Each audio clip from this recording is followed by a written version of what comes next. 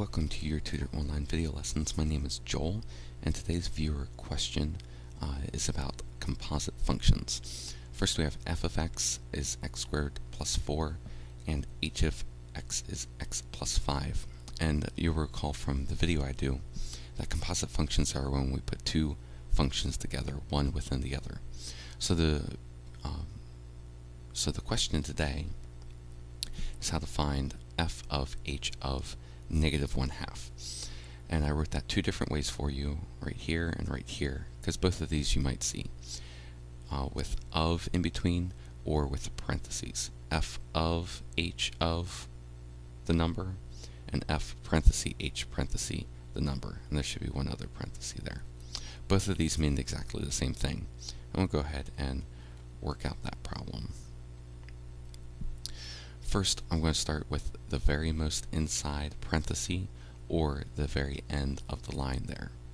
So I have h of negative 1/2. So with that negative 1/2 inside the parenthesis, it means everywhere I see an x, I'm going to replace it with what's inside the parenthesis. So there's an x here, so it becomes negative 1/2 plus 5. Now I'll go ahead and simplify. Negative 1/2 plus 5 is 9/2, which is the same thing as 4.5. So h of negative 1/2 is 9/2. Now I'm going to take that whole thing and replace it with this whole thing up here, the h of negative 1/2, h of negative 1/2. So now we're looking for 9/2 inside the f of 9/2.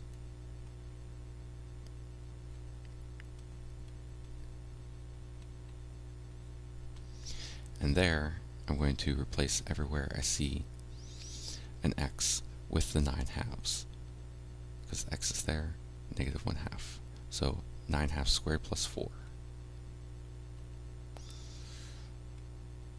9/2 squared plus 4. 9/2 squared is 81 over 4 plus 4.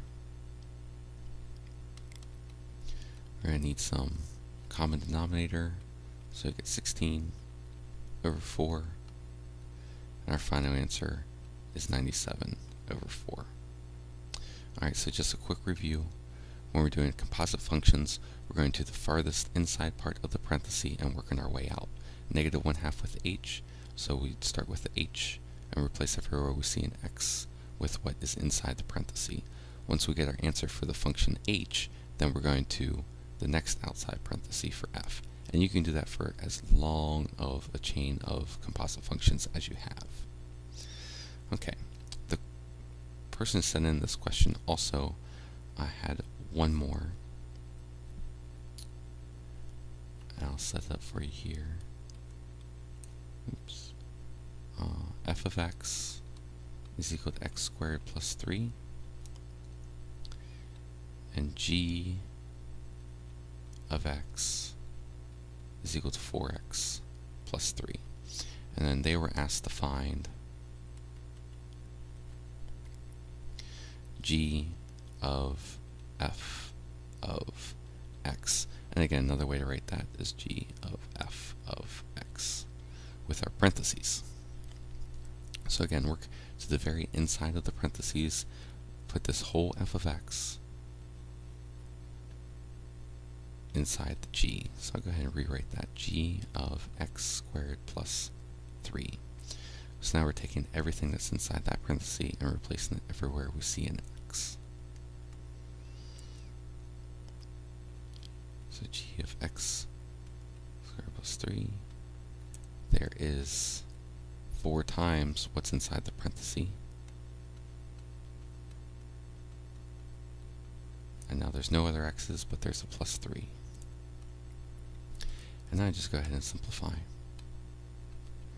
4x squared plus 12 plus 3. No like terms with the 4x squared, but 12 and 3 can go together to give us 15. Sorry, that got a little messy there.